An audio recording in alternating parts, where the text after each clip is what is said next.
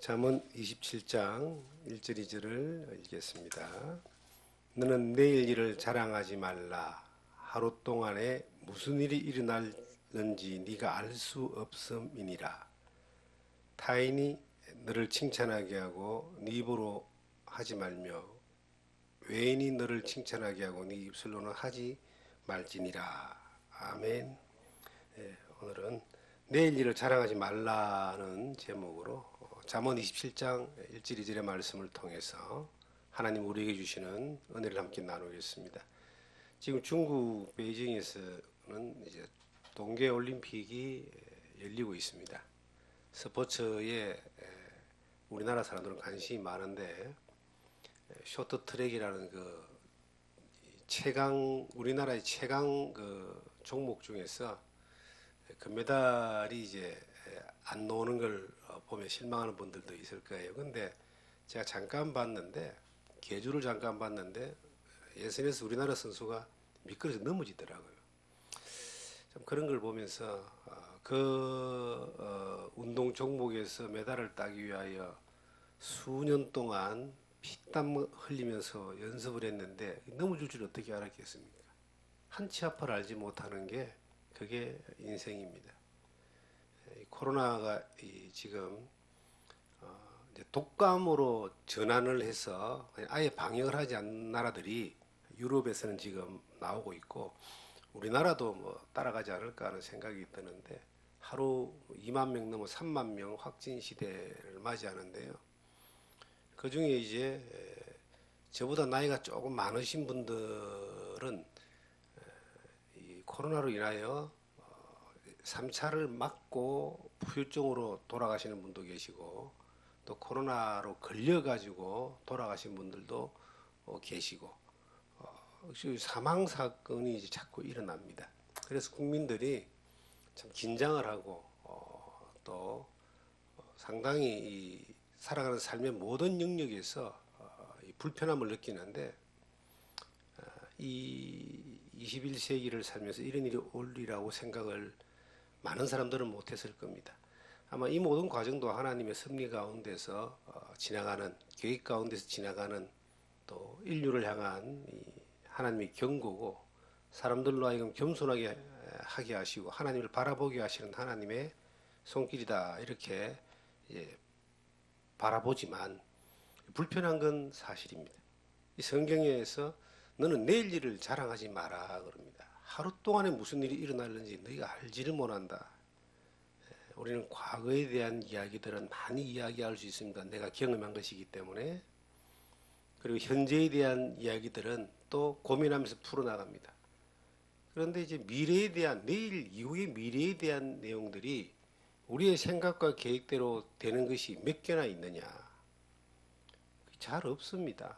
일반적으로 이제 진행되는 것들은 우리가 되지만 우리의 운명을 결정하거나 또 우리의 삶을 결정하는 그 문제에 대해서는 하나님만이 우리의 생명을 주관하시고 또 결정하시는 겁니다. 일기예보를 보면은 어제의 일기를 예보하는 그러한 예보는 하나도 없습니다.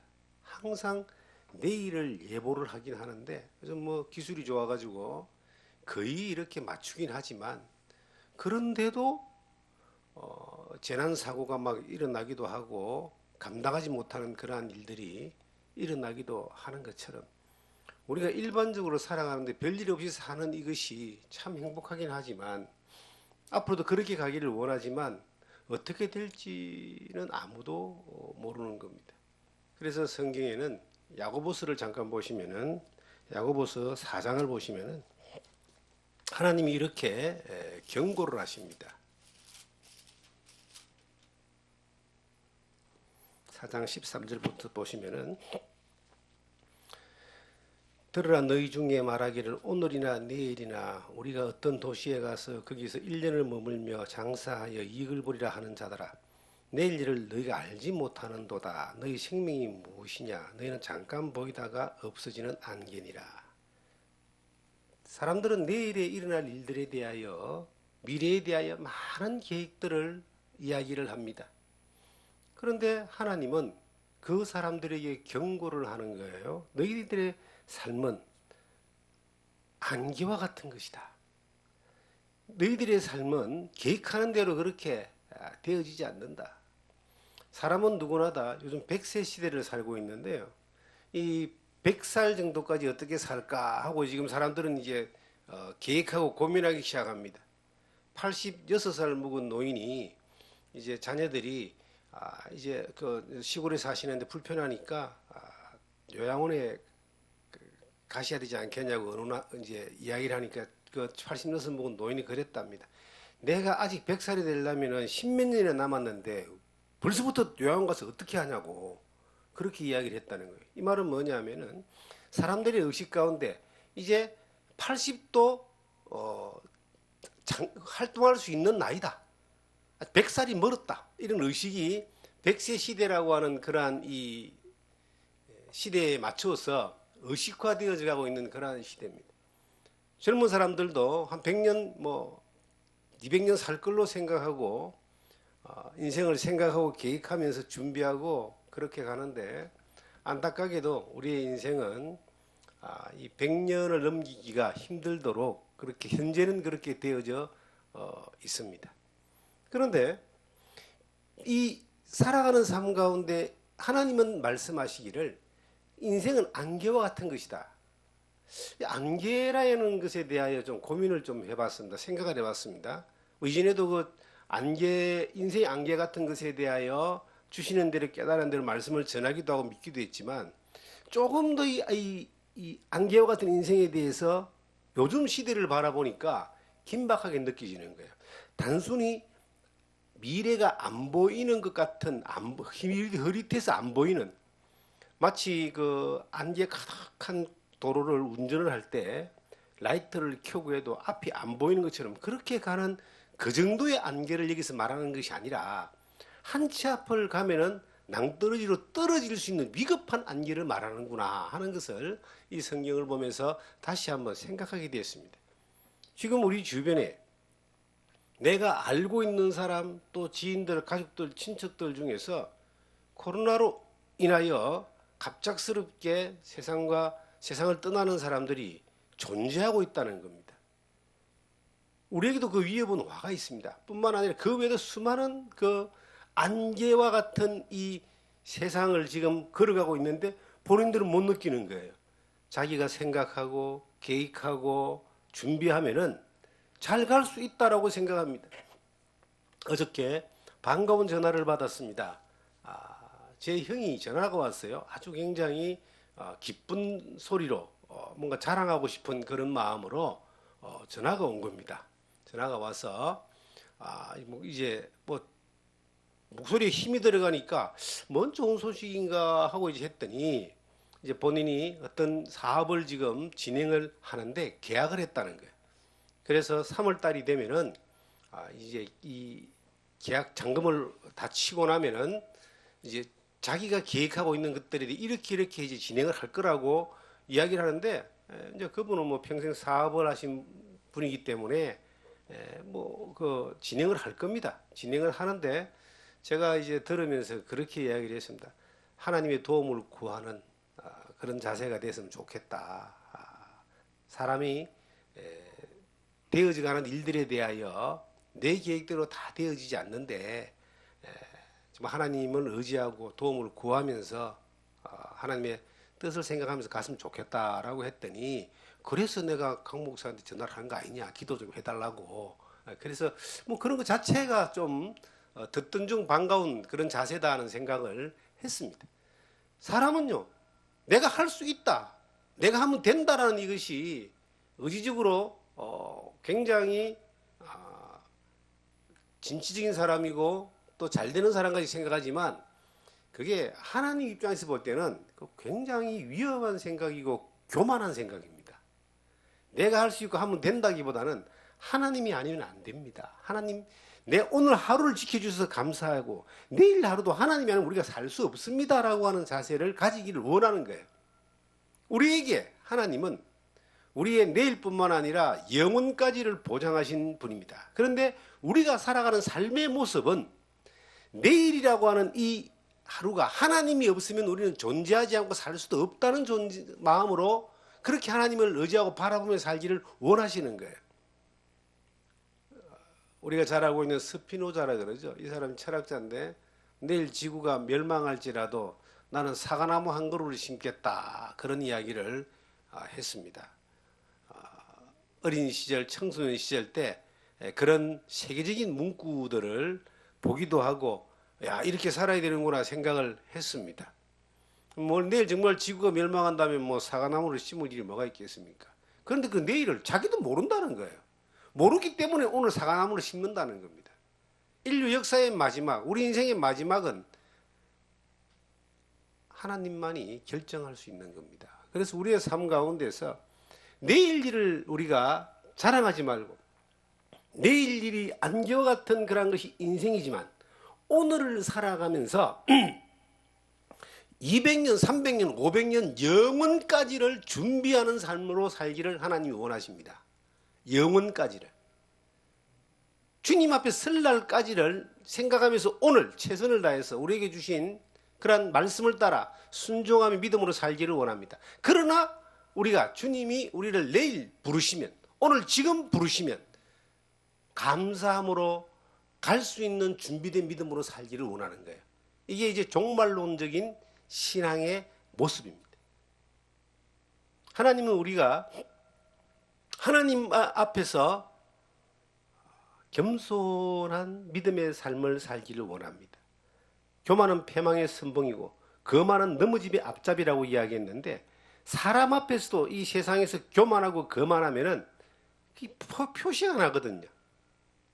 그런데 정말 가진 사람이 겸손하기 힘들고, 권력이 있는 사람이 낮아지기 힘들고, 돈 가진 사람이 겸손하기가 힘들고, 많이 배운 사람이 정말 겸손하게 있기가 굉장히 힘듭니다. 그런데 그게 사람 앞에서의 어떤 그 자기의 가진 것을 자랑하고자 하는 이것이, 나타나고자 하는 것이 자연스럽게 이렇게 나오게 돼 있는데, 하나님은 말합니다. 하나님 앞에 좀 겸손해라. 오늘 네가 많은 것을 가졌다 할지라도, 내일 네가 또 많은 것을 가지고 산다 할지라도 그 가지고 있는 이것이 너의 내일을 보장하지 않을 수도 있기 때문에 생명의 주인 되신 하나님 앞에 겸손하라 라고 하는 겁니다. 우리가 너무나 잘 아는 말씀이 있습니다. 누가복음 12장에 보시면은 한 부자가 나오잖아요. 한 부자가 예수님께 나와서 자기 형하고 재산 문제에 대하여 좀 해결을 해달라고 부탁을 하는데, 예수님이 비유로 말씀하십니다. 말씀하시면서 오늘 밤 네 영혼을 도로 찾아가리니 그러면 네 예배한 것이 누구시 되겠느냐라고 질문을 던져줍니다. 이 부자 청년이 고민을 한 것은 부친으로부터 물려받은 재산에 대해서 이 자기 형제간하고의 그 관계에서 좀 더 많은 것을 가지고 싶은, 많은 것을 가지고 있지만 더 많은 것을 가지고 싶은, 거기에 대하여 좀 정리를 해달라고, 해답을 달라고 이야기했을 때 예수님은 그런 문제가 아니고, 네가 가지고 있는 이것이 오늘 밤 하나님이 너의 영혼의 주인이신 하나님이 너의 영혼을 찾아가 버리면, 데려가 버리면 네가 준비한, 예비한 것이 누구시 되겠는가? 하나님께 대하여 부요치 못한 자가 이와 같다라고 말씀을 하고 있습니다. 하나님께 대하여 부요치 못한 자, 하나님께 대하여 준비되어 있지 않은 자, 하나님 앞에서 내일이 준비 안 된 사람은 그가 어떤 모습이든 간에 오늘 밤이라고 하는 이것이 어느 날 현실로 돌아올 수가 있는 겁니다. 우리에게도 오늘 밤 네 영혼을 도로 찾으니 그 오늘 밤이 우리에게 올 수 있습니다.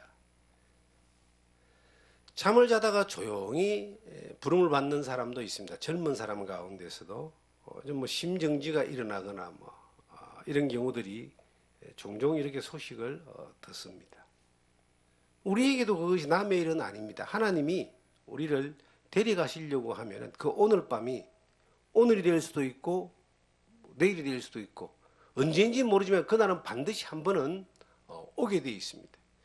근데 하나님께 대하여 부요치 못한 사람. 자, 일단은 그 영혼이 예수 믿고 구원받지 못한 사람들은 하나님께 대하여 부요치 못한 사람이겠죠. 그런데 꼭 그것만 이야기할까요?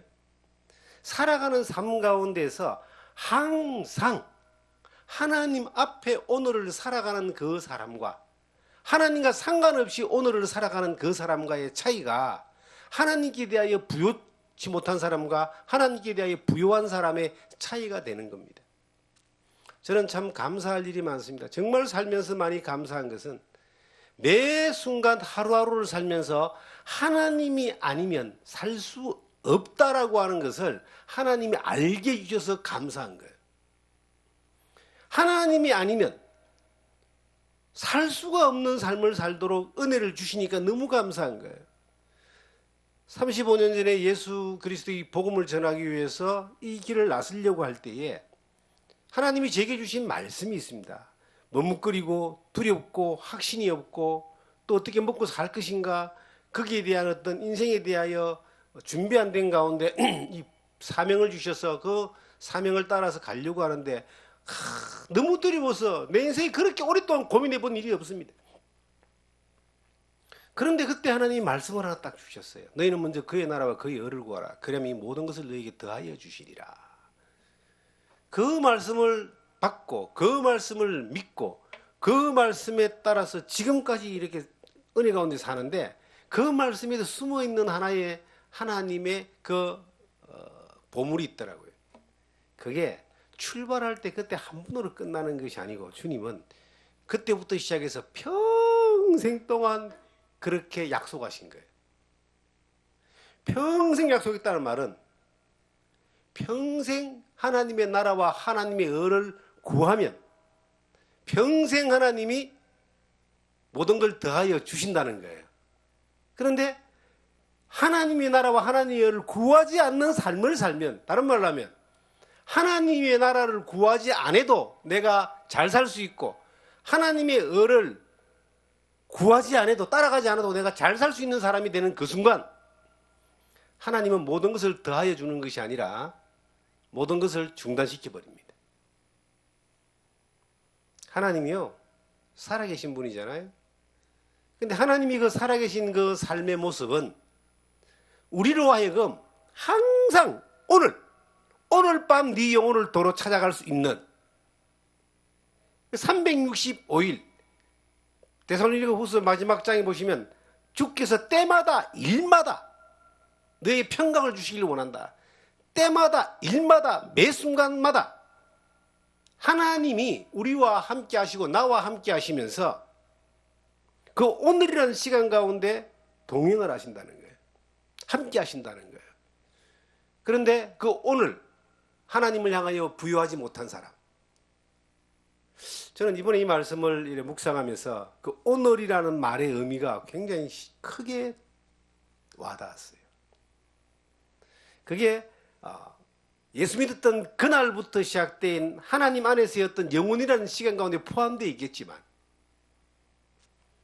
오늘 내가 살면서 그 하나님으로 말미암아 부유한 삶을 살았느냐, 아니면 이 부자처럼 오늘 하나님을 향하여 부유치 못하고 자기로 인하여 부유했는가. 사람들은 전부 다 자기 것으로 부유하고 만족하며 살려고 합니다. 돈이나 명예나 권세나 건강이나 인맥이나 자기 기술이나 재주나 이런 것들로 오늘 자기 것들로 만족하면서 살려고 막 하는 거예요. 또 그것만 늘 바라보면서 위로를 받습니다.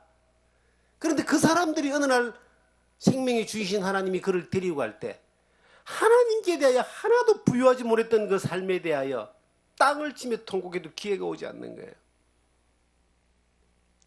그런데 우리는 오늘이라는 시간, 이 하루, 이 순간의 시간도 하나님으로 말미암아 부유할 수 있는, 모든 것들이 하나님의 은혜다라는 이야기를 많은 사람들이 이야기를 합니다. 저도 물론 모든 것이 하나님의 은혜라는 것을 너무나 자주 고백합니다. 너무나 자주 고백하는데 정말 모든 게 하나님의 은혜예요. 주어진 삶을 내가 계획했던 대로 살 수 있다고 생각하는 삶은 그런 생각은 하지 않습니다. 주어진 삶의 시간은 하나님이 주신 시간이지만 삶의 모든 흐름은 하나님이 인도하시고 결정하는 대로 가는데, 내가 그 삶의 모든 흐름과 순간 가운데서 하나님의 나라와 하나님의 의를 구하는 그러한 믿음으로 살아계신 주님을 바라보고 말씀을 따라 뜻을 따라 살아가는 그러한 삶의 모습들로 살 때에, 그것이 오늘 하나님께 대하여 부요한 사람입니다. 일주일 내 세상에서 살면서 바쁘고 복잡하고 자기 마음대로 살다가 주일날 와서 예배 잠깐 드릴 때에 그때만 하나님께 집중하는 이런 삶이 아니라, 일주일 내 매 순간마다 하나님의 나라와 하나님의 의를 생각하는 그 세계관이 하나님 중심적인 어떤 삶, 하나님으로 말미암아 사는 삶, 하나님이 아니면 안 되는 삶, 그것이 어떤 직업을 가졌든 어떤 곳에 존재하든 간에 그러한 모습으로 사라졌을 때에 그 하나님이 우리의 오늘을 책임지는 것뿐만 아니라 오늘 우리를 하나님이 데려가실 때에 그 오늘 이후에 영원까지도 하나님이 약속하신 그대로 은혜를 주시고 복을 주시고 힘을 주시고 우리의 삶 가운데서 하나님의 뜻이 이루어지는 귀한 통로로, 도구로 사용케 해 주시는 겁니다. 자주 그런 이야기를 합니다. 저는 사모하고 같이 긴 시간 오래 있잖아요. 집에서도 같이 있고 어디 갈 때도 거의 98%는 같이 다닙니다. 이 산골에서 차가 지금 한 대밖에 없어가지고 같이 안 움직이면은 힘들어져요. 그래서 같이 움직이는데 많은 대화를 나눕니다. 근데 많은 대화를 나누는 가운데서 자주 하는 대화가 이겁니다. 우리는 하나님이 아니면 살 수 없는 사람이야. 하나님의 은혜가 아니면 살 수가 없어. 그렇기 때문에 걱정할 필요도 없어. 지금까지 하나님의 은혜로 살았는데 앞으로도 지금도 걱정할 게 없어요. 우리가 하나님의 나라와 하나님의 의를 따라서 이 가는 이 삶의 모습, 오늘이란 이 삶의 이 순간에 충성한다면 오늘과 내일에 하나님의 은혜는 중단되지 않을 거니까 걱정하지 마라. 이런 이야기를 이제 나눠요. 자주 이야기를 나눕니다. 믿음이라고 하는 것은 삶의 실체가 되어야 되는 거예요. 경험이 되어야 됩니다. 삶의 실체가 되고 경험이 되어지면은 우리의 계획과 생각, 그것에 주장하고 나가는 것이 아니라 하나님의 섭리와 인도를 바라보며 갈 수 있는 지혜가 이렇게 생기는 겁니다. 특별히 우리는 이 시대에 하나님의 말씀을 전하기 위하여 부름을 받은 사람들입니다. 주어진 이 환경 가운데서 하나님이 일하심을 바라보면서 하나님, 나에게 이 주신 이 환경 가운데 하나님의 나라와 하나님의 의를 구하는 그런 삶의 모습이 어떤 것입니까? 라고 겸손하게 하나님 앞에 은혜를 구하는 겁니다. 하나님이 그렇게 될 수밖에 없도록 지난 삶의 여정 가운데 만들어 주셨고 지금도 이 삶의 여정 가운데 그렇게 만들어주고 계시는 거예요. 그래서 내가 가진 것으로 하나님의 일을 하지 않고 내가 할 수 있는 것으로 하나님의 일을 하지 않고 내가 하고 싶다고 하나님의 일을 하지 않고 하나님의 은혜로 할 수밖에 없도록 늘 인도하여 주신 하나님께 감사하는 겁니다. 성경 마태복음 24장을 보시면 이 예수를 믿는 믿음의 사람, 특별히 이 마지막 시대를 살아가는 이 종말론적인 어떤 그러한 신앙을 가지고 하나님 앞에 소망을 두며 살아가기를 바라시는 주님의, 우리 주님의 그 엄중하신 말씀이 있습니다. 마태복음 24장을 찾아보시면요.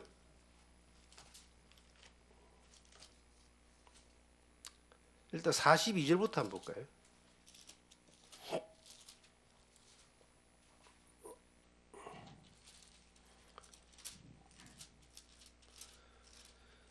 (42절부터) 잠깐 보시면 그러나 깨어있으라 어느 날에 너희 주가 임하는지 너희가 알지 못함이라. 너희도 아는 바니 만일 집주인이 도둑이 어느 시각이 올 줄 알았다면 깨어있어 그 집을 뚫지 못하게 하였으리라. 이러므로 너희도 준비하고 있으라. 생각하지 않은 때에 인자가 오리라. 자, 이 성경에 보니까 깨어 있으라. 어느 때에 도둑이 올지 모르니까 준비하고 있으라. 그리고 너희가 생각하지 않을 때에 인자가 오리라. 예수님의 재림에 대해서 우리에게 예수님이 친히 말씀하고 계시는데요. 도둑이 언제 올지 알지 못하니까 항상 깨어 있으라. 이게 내일 일을 자랑하지 않는 삶을 사는 믿음의 사람들의 삶의 태도입니다. 항상 오늘이라는 순간 주님이 오실 수 있다. 오늘이라는 순간 우리가 주님에게 갈 수 있다. 주님이 오늘 나를 부를 수 있어요. 주님이 오늘 오실 수 있어요. 주님이 오늘 오셔도 이상한 게 하나도 없습니다. 성경에 기록되어 있는 대부분의 예언이 거의 다 이루어져 있고 예수님 오시기만 하면 돼요. 그런데 아직까지 회개할 사람이 많고 살려야 될 사람이 많기 때문에 하나님이 그 시간을 지금 기다리고 있을 겁니다. 그런데 우리에게는 뭐라고 말씀하시느냐? 깨어 있으라. 오늘 밤 네 영혼을 도로 찾아갈 수 있기 때문에 깨어 있으라. 베드로후서 3장 10절에 보시면은 예수님이 재림하시는 것이 밤에 도적같이 온다 그랬어요. 도둑놈은 아무도 알지 못할 때 살짝 들어오잖아요. 저도 도둑 맞아본 경험이 있습니다. 도둑을 발견하고 쫓은 경험도 있습니다. 살면서. 잡지는 못했지만은 잡으러 가다가 잡지는 못했지만 도둑은요 아무도 알지 못할 때에 와서 필요한 것들을 가져갑니다. 그런데 깨어있다면 오는 것을 딱 깨어있고 봤다면 잡을 수도 있고 쫓아낼 수도 있잖아요. 주님이 오시는 것도 도둑같이 온다 그래요. 이 세상이 아무도 알지 못할 때에 예수님이 재림하십니다. 그런데 깨어있는 사람들이 있습니다. 날마다 그의 나라와 그의 의를 구하고 성령으로 인하여 깨어있는 사람들이 있어요. 교회가 깨어있고 깨어있는 사람들이 있습니다. 그들은 갑자기 주님이 왔을 때 당황하는 것이 아니라 할렐루야 감사하면서 주를 영접하게 되고 맞이하게 되겠죠. 그런데 우리가 사는 시대를 바라보면 주님이 오시는 것은 언제인지 확실하게 알지 못하고 아무도 모르지만 우리가 주님 앞에 가는 것은 우리 개인이 주님이 부르심을 받는 것은 이것은 가능성이 점점 가까워져 오고 있습니다. 사람이 살아가는 인생의 연수가 70이요 강건하면 80이라 그랬는데 현재 지금 이제 80 정도의 평균 수명을 이야기하고 있습니다. 100살 정도 묵으신 분들이 흔하고요. 90 넘은 분들은 주변에 많아요. 그런데 100살을 넘어가 살기는 힘들잖아요. 점점 가까워오는 건 사실입니다. 우리가 그런데 깨어있느냐? 주님 맞이할 준비를 하고 있느냐? 주님이 우리를 이 땅에서 살게 하시면서 부르심을 받을 그때까지 우리에게 맡겨준 일이 있습니다.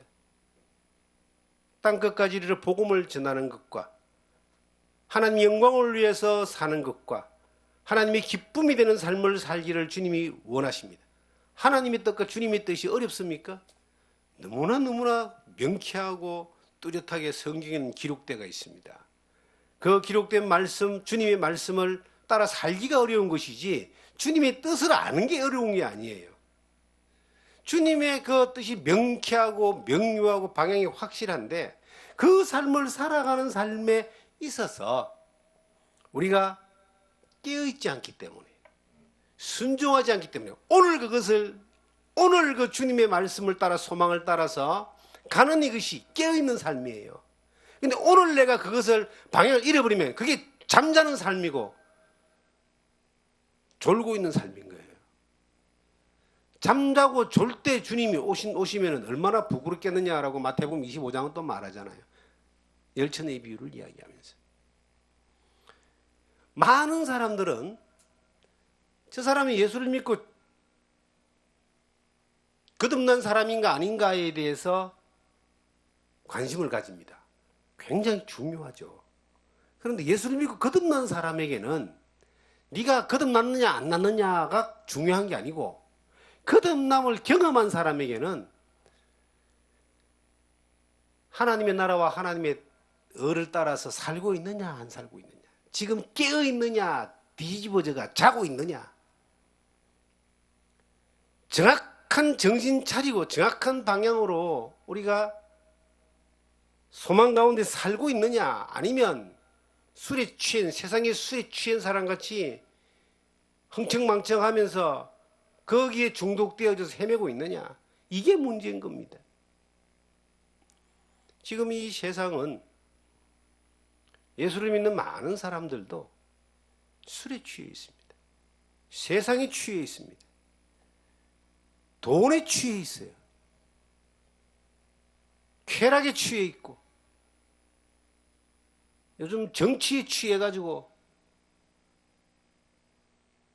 정신 못 차린 사람들도 있고, 주변에 바라볼 때에 정말 하나님의 나라와 하나님의 의를 따라서 깨어있는 사람들이 얼마나 있는가. 그리고 조는 사람을 좀 깨워줘야 되겠다. 자기가 조는 줄도 모르고 자는 줄도 몰라요.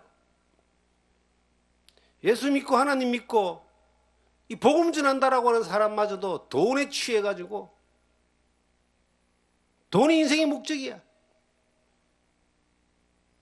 돈을 벌고 출세를 하고 성공을 해서 하나님 일 하기를 원한다.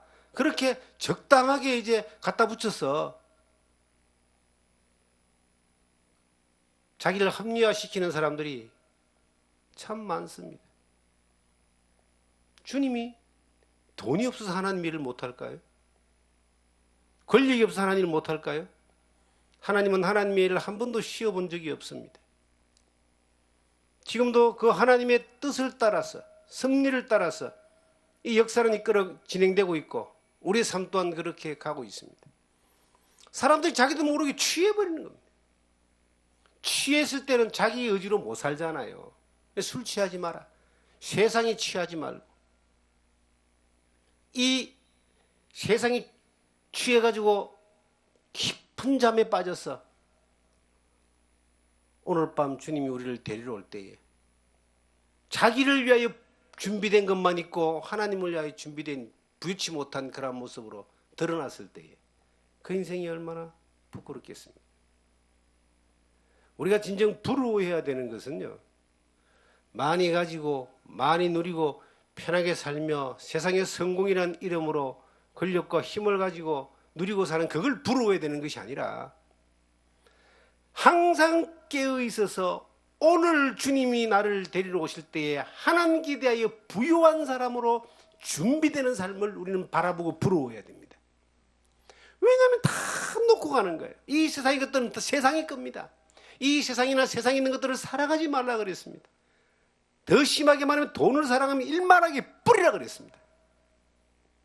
그것이 어느 날 돈이라는 것이 주님의 일을 하는 귀한 도구로 변질이 돼가지고 사람들 앞에 드러났을 때에 금송아지를 만들기 위하여 난리쳤던 광야의 이스라엘 민족의 모습들을 보게 됩니다. 그게 화려해 보이고 멋있어 보이고 진짜로 보이고, 그게 하나님으로 보이는, 그렇게 취해버리고 깊은 잠에 수면에 빠져버린 그런 사람들의 모습이 역사 이래에 얼마든지 우리가 볼 수 있고 지금도 볼 수 있는 거예요.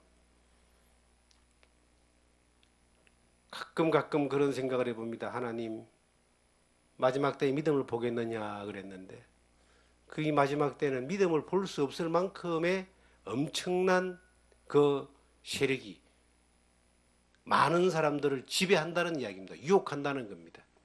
요즘 뭐 그 옛날 로마의 카타콤 시대처럼 총칼을 들고 위협하고 사람을 죽이려고 위협하고 그렇게 위협하는 거 아니잖아요. 요즘 어디도 그렇게 위협하는 데가 없습니다.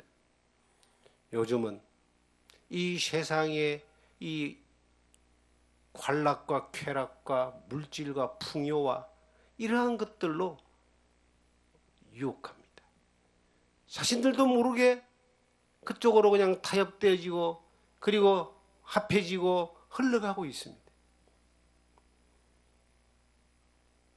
저는 요새 일에 있으면서요, 뭘 같이 해보자라고 그 제안을 참 많이 받습니다.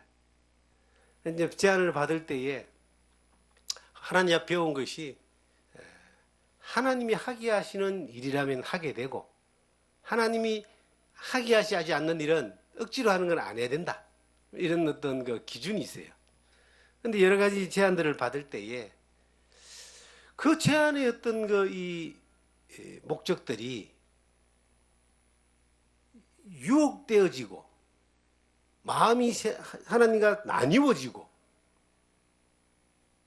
또 혹은 내가 더 가지고 싶어하는 욕심을 쫓아가는 그런 필요를 쫓아가는 것이 될 때에 달콤해 보이긴 하지만 그것을 끊습니다.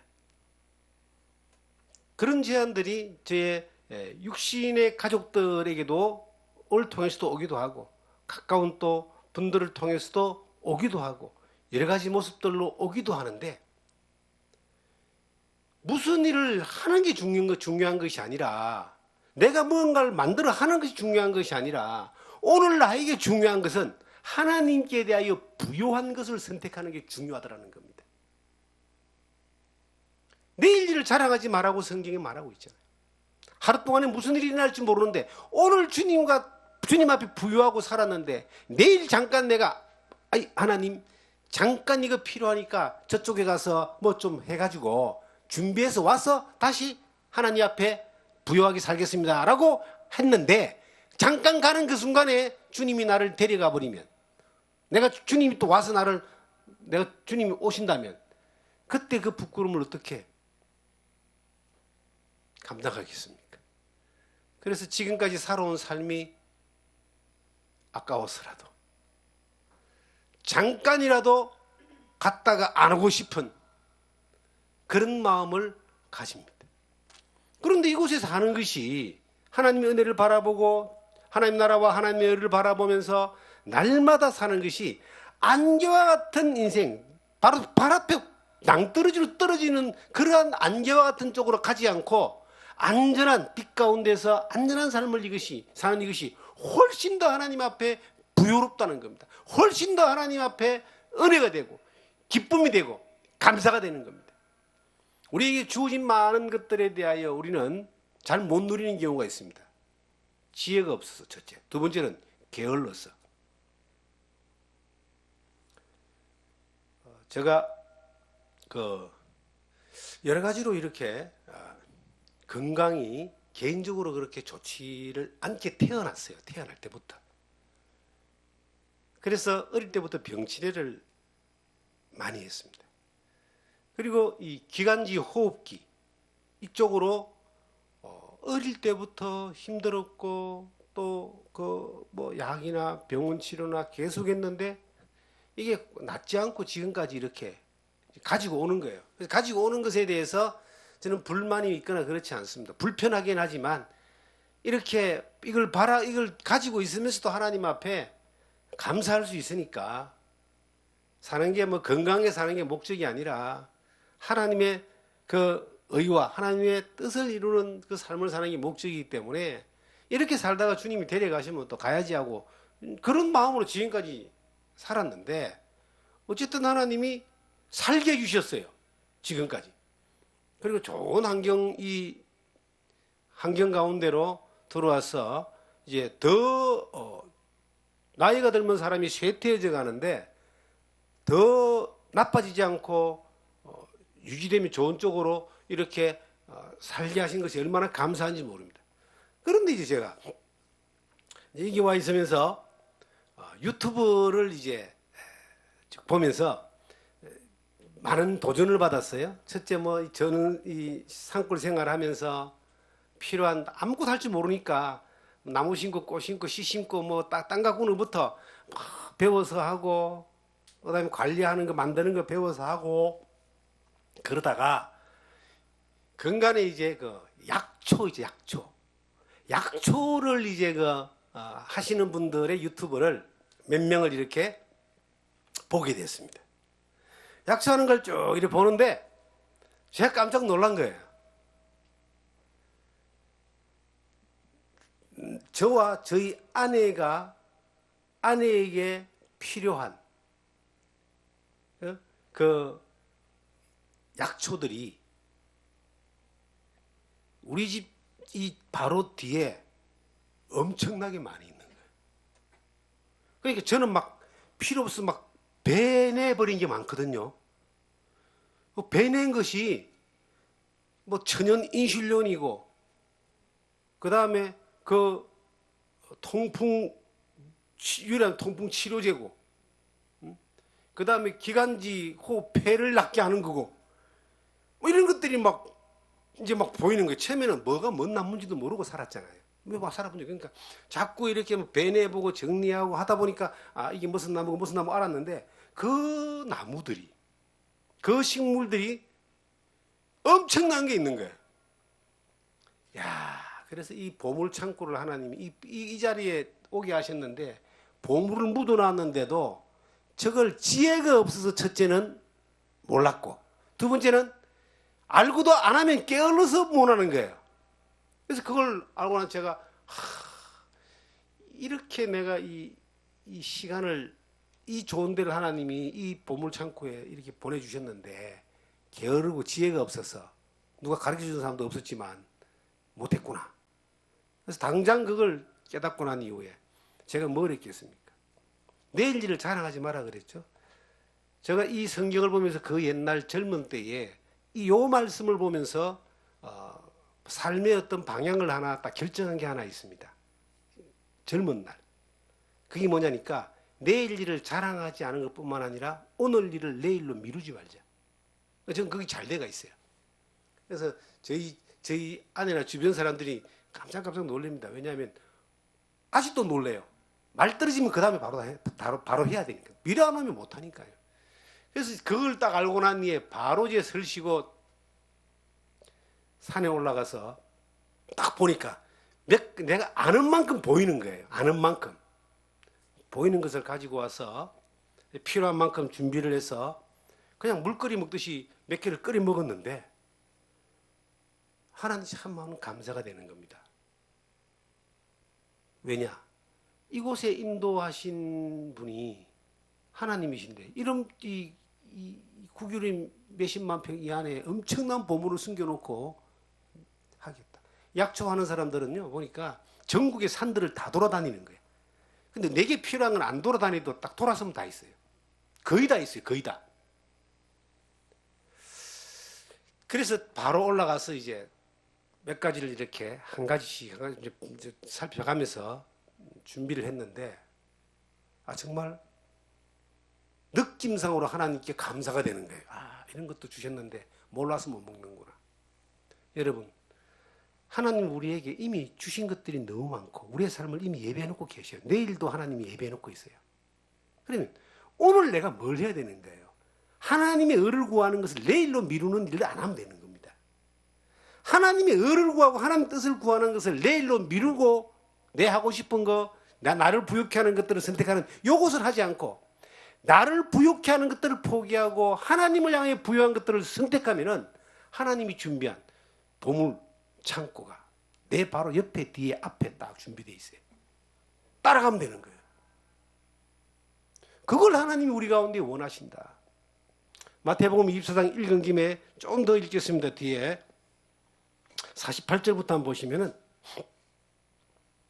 만일 그 약한 종의 마음이 생각하기를 주인이 드디어 오리라 하여 동료들을 때리며 술친구들과 더불어 먹고 마시게 되면, 생각하지도 않은 날 알지 못하는 시각에 그 종의 주인이 이르러 엄히 때리고 외식하는 자와 받는 벌을 처하리니 거기서 슬피 울며 이를 갈리라.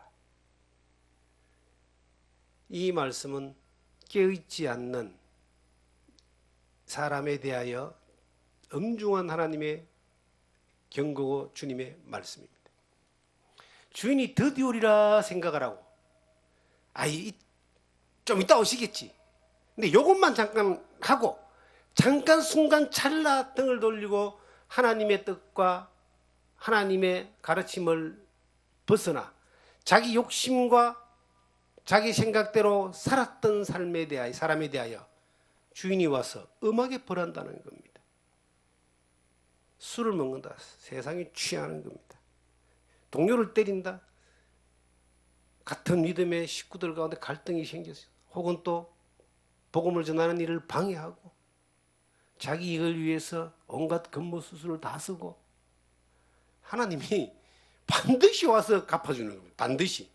그래서 저는 살아가는 삶의 여정 가운데서 참 그 잘못되어진 사람들에 대하여 참 긍휼한 마음을 가집니다.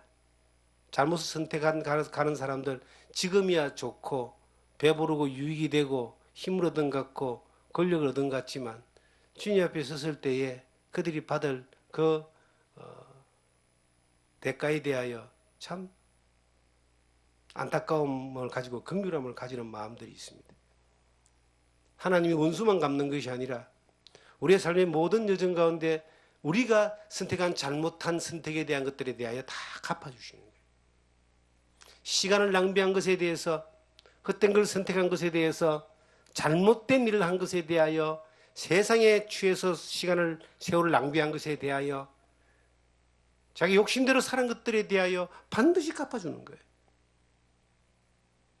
슬피 울며 이를 갈미 있으리라. 이 세상에서 가장 아까운 것은요, 시간입니다. 그래서 내일 일을 자랑하지 마라 그랬고, 오늘 밤이라는 말을 씁니다. 오늘 밤.